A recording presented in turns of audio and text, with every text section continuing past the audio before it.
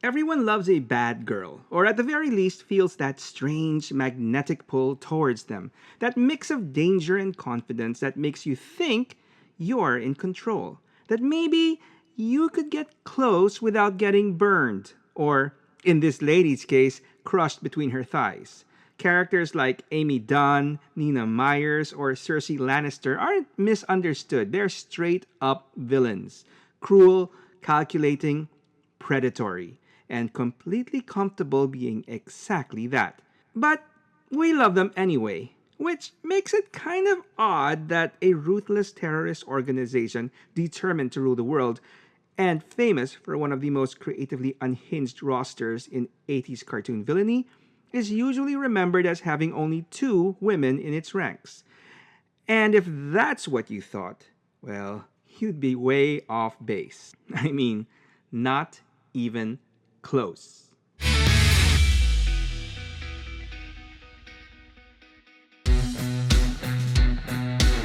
Back in the 80s, when it came to toy lines very clearly aimed at the boys, it was mostly all about the dudes. When it came to female characters, you usually got one, maybe two. One for the good guys and one for the bad guys. Box checked, minimum requirement met. Fortunately, G.I. Joe wasn't exactly your typical toy franchise. Looking back, those real American heroes were actually pretty progressive for the time. Characters from almost every US state and heroes who weren't defined by the color of their skin, so much as the fact that they were, well, just heroes. And the women? While still very much in the minority, were a lot more than just token placeholders. On both sides of the conflict, they were solidly constructed characters with actual personalities. That said, despite the heavy focus on what I'd call the main six, Scarlet, Covergirl, the Baroness, Lady J, Zarana, and Jinx, over the franchise's 40-plus year history, man, does that make me feel so old. Sorry, a lot more women have been thrown into the mix of both sides in the cartoons, the comics, and on the toy shelves. And that's the topic of this video, or at least the first half of it, because today we're starting with the Bad Girls of Cobra. Before we jump in though, I'd like to give a quick shout out to the channel Destro is My Spirit Animal. Last year, he put out a couple of great videos ranking both the Joe and Cobra women. And that's where the seed of this episode came from. Definitely worth checking out. While I'm not ranking anyone here, I do want to add a little more meat on the proverbial bone and spend some time getting to know some of these lesser known characters. So let's get started, shall we? With a couple of scientists. Because if Cobra is rolling around with an arsenal of cutting-edge, world-ending hardware, it probably won't shock you to learn that they employed more than just Doctors Venom and Mindbender. And with that in mind, allow me to introduce you to Dr. Sidney Biggles Jones. A doctor who could honestly give Mindbender a run for his money in the questionable uniform department. I mean, seriously, bright blue leotards and brown leggings? Jazzercise anyone? Anyway, at least the lab coat lets you know that she is a scientist. And make no mistake, Biggles Jones is the real deal. She's a leading expert in railgun technology. You know, electromagnetic launchers that use massive electric currents and magnetic fields instead of explosives to fire projectiles at completely ridiculous hypersonic speeds. Basically, the kind of gun that could punch a hole through just about anything. Or if you'd prefer a visual reference, that gigantic cannon that takes out Devastator in that craptastic Transformers Revenge of the Fallen movie. Wrecking balls and all. Yeah, that thing. Biggles Jones first shows up in the Marvel Comics as the lead scientist behind the Railgun Project for Amalgamated Superconductor Corps in New Jersey. She's abducted by Cobra and convinced to join them. With the promises of recognition and resources her research would never see anywhere else. And this is where things get weird. Under Cobra's employ, Biggles Jones ends up meeting, of all characters, Megatron. Cobra strikes a deal, they help rebuild Megatron using railgun technology, and in return are promised access to the Ark. So yeah, that spiffy G2 tank Megatron, courtesy of Dr. Biggles Jones. Unfortunately, or honestly, not that surprisingly, things go south fast. Dr. Biggles Jones, or more specifically, Her brain becomes the object of Megatron's interest, and Cobra Commander, being Cobra Commander, betrays her without hesitation and offers her up to the Decepticon leader. The Autobots intervene, a bunch of them get blown to bits, and after witnessing their sacrifice, Biggles Jones willingly surrenders herself in an effort to stop the destruction. Fortunately, in the pages of Transformers Generation 2, she's ultimately rescued from Megatron's clutches by the aerial bot Skydive. And for all that trouble, Dr. Sydney Biggles Jones actually got her very own action figure as part of a joint Transformers G.I. Joe box set from the official G.I. Joe Collectors Club back in 2017. Complete with the blue leotards, brown leggings, and, at least to my eye, looking a little bit like the wrestler Chelsea Green. Anyway, while you could probably debate where Dr. Biggles Jones' true loyalties really lay, the same absolutely could not be said for Dr. Cassandra Knox. Knox was completely and enthusiastically loyal to Cobra, and she really hated Scarlet, like really hated her, enough to create an entirely new advanced battle android trooper programmed with Scarlet's brainwaves, specifically designed to hunt her down and take her out. Naturally, it failed, but hey, you can't Knox her for trying. Dr. Knox really makes her mark though in the pages of Devil's Due G.I. Joe, which was meant to continue the Marvel era storyline. It's here she's brought in to unlock Dr. Mindbender's latest weapon of mass destruction, the Tempest, and things escalate quickly. When Mindbender is, let's say, knocked out of the equation, executed by Cobra Commander, Dr. Knox is promoted to Cobra's chief scientist, and as chief scientist, her most ambitious play comes during another G.I. Joe Transformers crossover, G.I. Joe vs. the Transformers, The Art of War. Here, Knox designs a viral control program that allows Cobra Commander to remotely operate a biomechanical construct called Serpent-OR. Get it? So, Serpent-OR manages to access the matrix of leadership and becomes Serpentor Prime, briefly granting Cobra Commander access to the accumulated knowledge of the Transformers themselves. Unfortunately, the apparent feedback also fries his brain, leaving Cobra Commander knocked out. Okay, I'll stop. The plan collapses, Cobra is left without a functional leader, and just like that, Dr. Knox's grand scheme and pretty much her story comes to a screech and a halt. Anyway, speaking of Devil's Due, despite its current officially non-canon state, I've got to give them credit. They actually put together a pretty solid continuation of the Marvel run. And, more importantly, for this video, introduced even more female characters into the franchise. First up, Mistress Armada, who makes quite the debut posing as Candy, one of Cobra Commander's girls, and then proceeding to kick him in the nards, revealing that she is actually Destro's new girlfriend. Wait, what? Okay, rewind. Mistress Armada, real name Lillian Osborne, is a high-ranking operative within Destro's Mars organization, and someone deeply embedded in its inner circle. An inner circle that includes Destro, the Baroness, and Alexander McCullen, Destro's son, who is secretly posing as Destro himself, while old Daddy-O is recovering from a debilitating sickness. So you can relax, OG Baroness fans, Chromehead isn't cheating. That said, Armada's closeness to Alexander and her proximity to Destro immediately creates tension with the Baroness, who sees her as both a rival and a potential threat. And as you might expect, this arrangement doesn't last long. When Alexander ultimately renounces his father, despite their relationship, Armada shoots him without hesitation, dismissing him as weak. But instead of earning Destro's approval, she witnesses something she didn't anticipate: grief. But Destro spares her. The Baroness, though, does not. Moments later, Mistress Armada is executed, bringing a very abrupt end to what might be one of the shortest and messiest power plays in Cobra-adjacent history. Next up, Municia. Municia is a member of the Plague, Cobra's elite death squad, formed after Cobra Commander finally realizes that throwing endless waves of faceless troopers at the Joes wasn't exactly a winning formula. Turns out, what Cobra really needed was its own team of specialists to match G.I. Joe's effectiveness. Within the Plague, Municia operates as a mercenary, bounty hunter, and tank operator, basically the heavy hitter. She brings overwhelming firepower and precision to missions where subtlety is optional and results are mandatory. And if that wasn't enough, Municia is also a part of a smaller, tightly focused Cobra unit known as HISS, the hierarchy of infiltration, stealth, and sabotage, working alongside Blackout and Firefly. Together, the trio specializes in covert ops and deliberate destruction rather than big, noisy battlefield theatrics.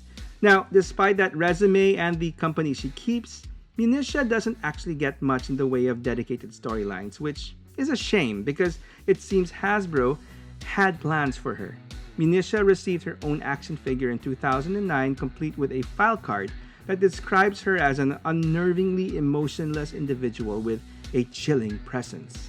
Fear, surprise, satisfaction, none of it really registers. She approaches every situation like a predator sizing up a prey, calmly anticipating her target's next move before they even realize they're being hunted. Anyway, if that wasn't enough, how about a more modern take care of the G.I. Joe Collectors Club subscription service? Next up, Big Boa. Wait, what? Last I checked, that's a dude. Okay, let me be specific. Big Boa 2. Because in the pages of Devil's Due, the original Big Boa is dead and has been replaced by version 2 who just happens to be female. And not just female, but an absolute massive woman running a Cobra training camp out of an old castle off the coast of North Africa. Her mission? Training children and orphans to become the next generation of Cobra soldiers. Yeah, as you'd expect, she's a brutal taskmaster. No warmth, no softness, but under her watch, those kids are fiercely protected from outside threats. Big Boa drills them relentlessly in firearms, knives, and baton combat, constantly hammering home one core lesson. Use your size to your advantage, and always aim for the kneecaps. When a G.I. Joe team eventually infiltrates the camp, Big Boa doesn't hesitate. She takes command immediately, leading the kids against the Joes herself. And during the fight, she personally goes hand-to-hand with Roadblock, and yeah, she absolutely kicks his rhyming ass.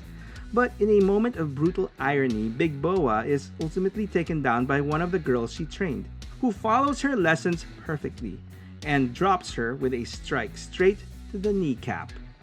Ouch. Anyway, Devil's Due also made some pretty major changes to our resident chocolate donut munching, grape soda guzzling biker gang, the Dreadnoks. Following the apparent downfall of Cobra, Zartan reforms and massively expands the Dreadnoks into a full-blown organization, with chapters in over 50 US cities and a heavy presence in the Florida Everglades. And with that many recruits, it's probably safe to assume that at least a couple of them weren't dudes.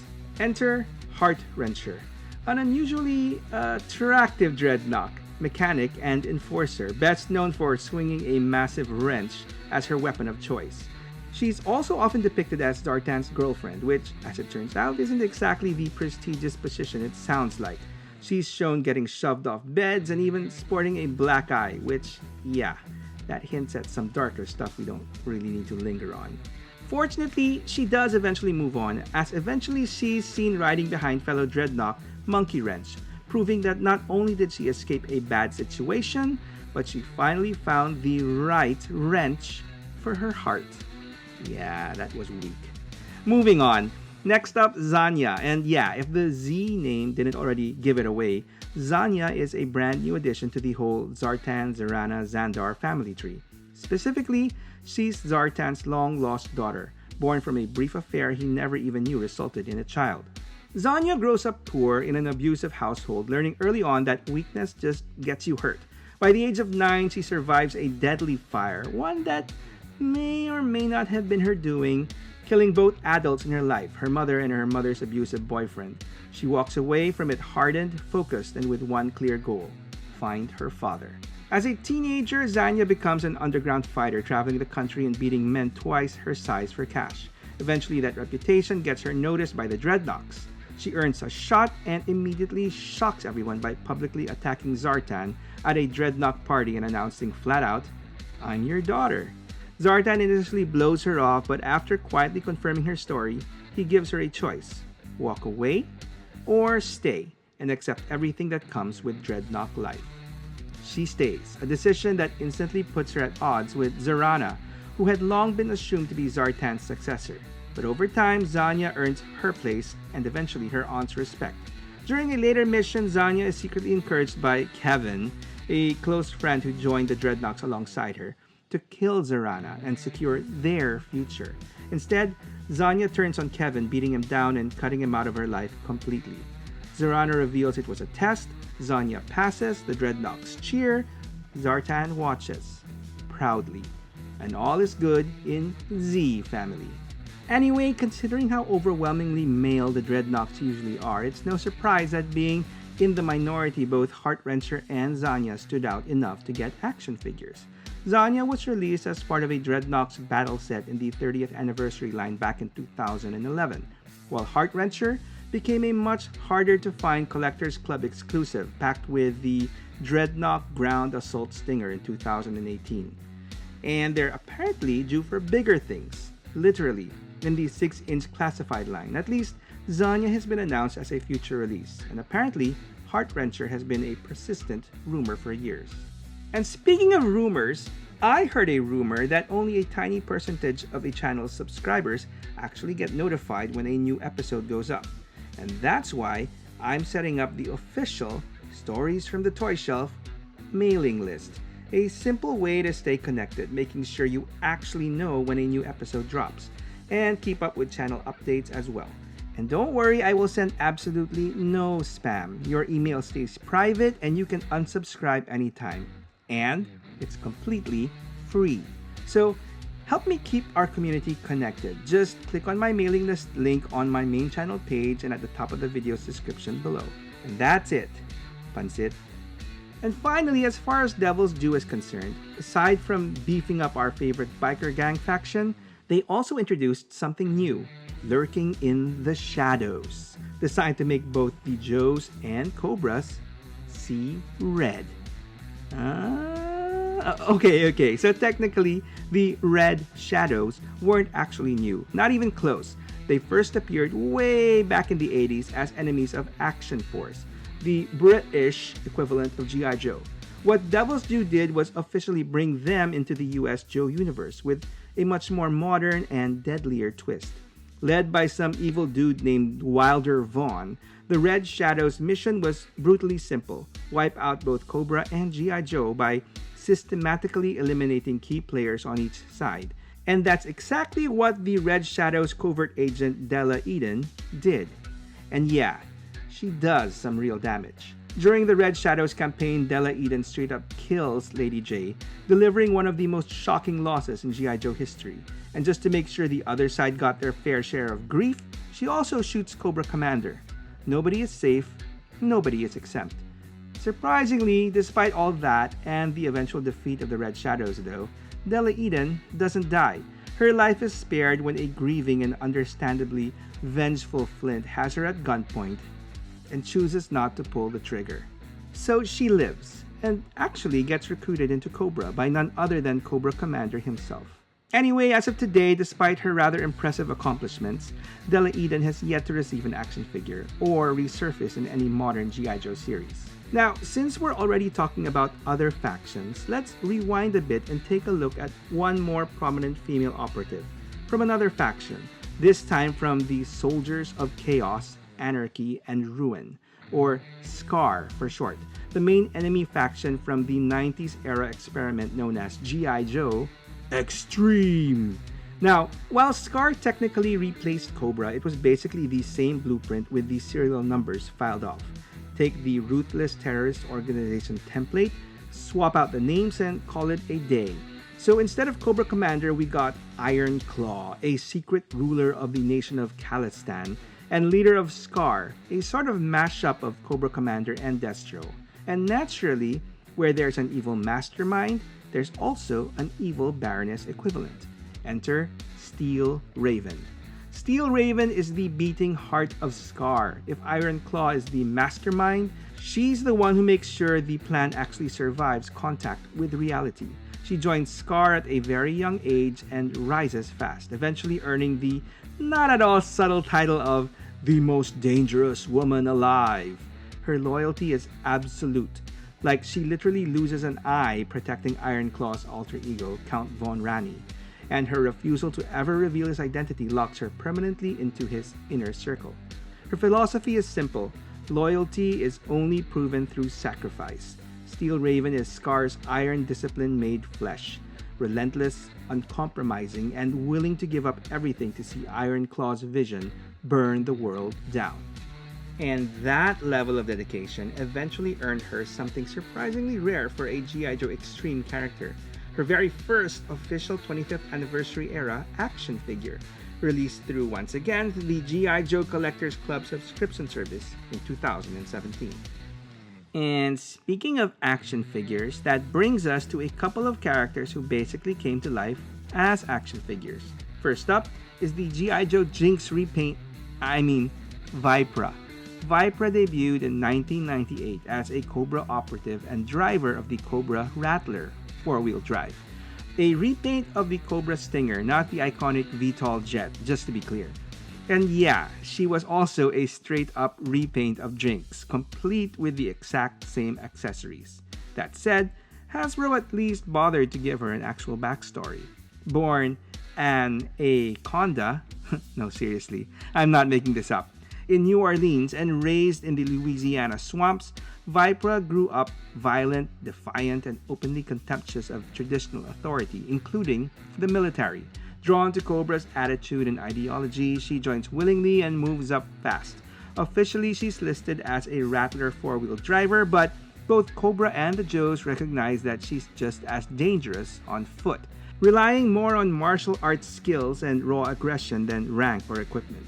Which does raise the obvious question: why you design an actual ninja to drive a jeep around is beyond me, but okay, Cobra logic. Anyway, despite her very ho-hum repaint origins, Vipra is apparently enough of a problem to show up in General Hawk's files, where she's described as deceptively slight in appearance but extremely dangerous in practice. I mean, any operative who can either run you through with a sword or just run you over with a jeep fits that description perfectly, if you ask me. An alternate file card expands her role even further, painting her as a mercenary and intelligence courier. In that version, Vipra audaciously infiltrates one of Cobra Commander's private meetings at Extensive Enterprises and offers her services directly, which impresses the commander enough to not kill her on the spot at least. Across all versions, though, one thing stays consistent: Vipra aggressively protects her anonymity. False backgrounds, misleading appearances, deliberate secrecy. She makes sure neither Cobra nor the Joes ever really have any leverage on her. That unpredictability, combined with her willingness to use either stealth or overwhelming force, makes her a volatile asset even by Cobra standards. Fast, brutal, hard to handle. Anyway, aside from her obligatory 25th anniversary style Jinx repaint, Vipra is also one of the few characters in this episode to officially debut in the modern 6-inch G.I. Joe Classified series. And this time, no repaint, no Jinx hand-me-downs, a genuinely unique figure.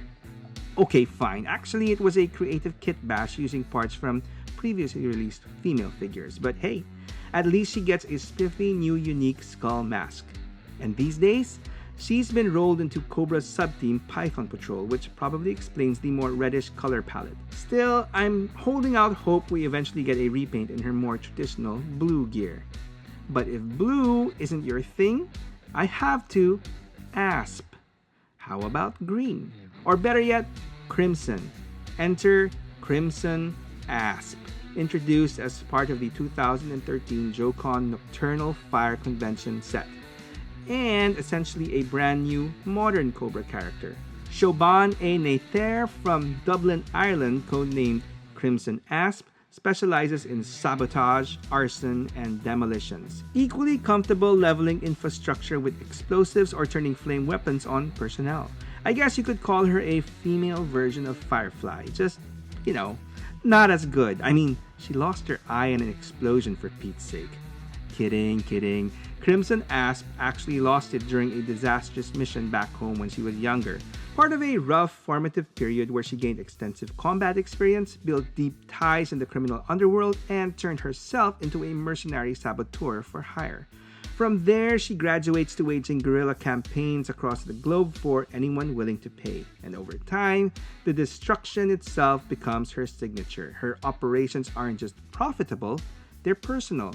Every job is designed to maximize chaos, fear, and irreversible damage. And eventually, that reputation puts her squarely on Cobra's radar. Her effectiveness earns her a more formal position within Cobra Intelligence, specifically in counterintelligence, where she reports directly to Tomax of the Crimson Twins. And at that point, subtlety is officially off the table. In short, Crimson Asp is Cobra's precision wrecking crew, deployed when deniability doesn't matter, restraint isn't required, and the only acceptable outcome is that nothing is left standing. That being said, standing on a class of her own is Stiletto, a character with one of the most unique origins in G.I. Joe history, because she started out as a fan-created character. Stiletto was created by Bill Nedrow for his Kindle World's fan fiction novel G.I. Joe Body Count. Born Paitun Kwai No in Hua Hin, Thailand, Stiletto enlists young, receives special forces training, and runs covert missions in Laos. Unfortunately, one of those missions goes catastrophically wrong, as her entire team is killed. She is captured, tortured, permanently disfigured, and loses the use of her left eye, which, seriously, what is it with Cobra bad girls and their eyes? And before she can be executed, Cobra Commander arrives with his forces, and instead of ordering her captors killed outright, he gives Stiletto something far more personal, the chance to face the man who scarred her and finish him herself. And that moment seals it. Stiletto pledges her loyalty to Cobra Commander and goes on to become one of his most trusted personal agents. Efficient, ruthless, and utterly devoted. And Stiletto also proved popular enough with the fans that she was selected in a 2015-16 Hasbro Pulse poll to be made into an official action figure. And that figure was released in 2016 as part of the G.I. Joe 50th anniversary line. And with that, we move into the final section, the cartoons, where we meet a few Cobra operatives who clearly decided Cobra's health plan just wasn't worth it. Much like the ex-Viper turned renegade Mercer, these are characters who didn't just quit, they switched sides. First up is a Night Raven pilot named, well, Raven, a one-off character whose entire story plays out in the episode in the presence of mine enemies. Raven is introduced as a Strato Viper who gets into a dogfight with Joe Flyboy Slipstream over Africa, demanding his surrender. The problem is they're evenly matched. So evenly matched, in fact, that they manage to shoot each other down, crashing near a hidden Cobra base. Slipstream tries to help her, which immediately turns out to be a mistake. Raven pulls off her helmet, revealing she's female, and then instantly opens fire. She's sharp and aggressive, making it very clear she doesn't need saving from anyone. Things take a turn though when Cobra Bats arrive. Raven assumes they're there to extract her, right up until they attack both pilots and nearly kill her before Slipstream intervenes. Forced into an uneasy alliance, the two make their way into the base. Raven eventually admits it's one of Dr. Mindbender's bioengineering facilities, housing an experiment that went very, very, very wrong. She clearly knows more than she's saying, but her loyalty to Cobra finally snaps when Mindbender coldly abandons her without hesitation. That betrayal changes everything. Raven helps Slipstream trigger the base's self-destruct and escapes with the Joes. And as the Tomahawk lifts off, she quietly tears the Cobra insignia from her sleeve and tosses it away. No speech, no dramatic pause, just a silent defection. And then we have the character simply known as Mara, introduced in the episode Memories of Mara. She's revealed to be a former Cobra eel and one of the very first test subjects in a Cobra bioengineering experiment designed to splice fish DNA into human soldiers. Yeah, I'm guessing this was Cobra's early prototype phase for the Hydro Vipers, and the results were mixed. The procedure gives Mara fully functional gills, but also turns her skin purplish blue and leaves her unable to breathe open air, permanently altering her life in the process. No opt-out clause, no undo button. Just another thank you for your service from Cobra. During a mission involving the Joe's search for the USS Nurka, Mara finally turns against Cobra. I'm guessing the final straw was requiring her to wear that gaudy Demon of the Deep helmet. With help from the Joes, she escapes, right into the arms of the G.I. Joe sailor, Shipwreck, with whom she forms an emotional bond with. From there, Mara proved popular enough to return in a later story. Well, sort of. In the episode There's No Place Like Springfield, Cobra attempts to extract top secret information from Shipwreck by trapping him inside a fabricated dream world. In this illusion, he's retired, happily married to a cured Mara, and together they have a daughter named Althea. It's a surprisingly dark story as Shipwreck's ideal future slowly unravels, or more accurately, melts, as both Mara and Althea eventually turn on him, holding him at gun and rocket launcher point before collapsing back into protoplasmic ooze care of Shipwreck's parrot Polly, snapping Shipwreck out of the nightmare. And while the sailor eventually escapes physically unharmed, his heart is left, well, broken. And speaking of hearts, have you ever heard about the girl who stole one from an Autobot? Back in the Transformers episode The Girl Who Loved Powerglide, we're introduced to Astoria Carlton Ritz. She's the wealthy heir to the company Hybrid Technologies and naturally a prime target for the Decepticons. Fortunately, thanks to the timely intervention of the Autobot Powerglide, she's rescued. And what follows is a genuinely sweet one-off episode about a human falling for a giant red robot who apparently has a heart for her too. Cute, harmless, very 80s. End of story. Or so we thought. Fast forward a few decades and Astoria shows up again. This time in the pages of the current G.I. Joe series by Skybound Entertainment. And yeah, she's not the same innocent girl who once fell for an Autobot flyboy.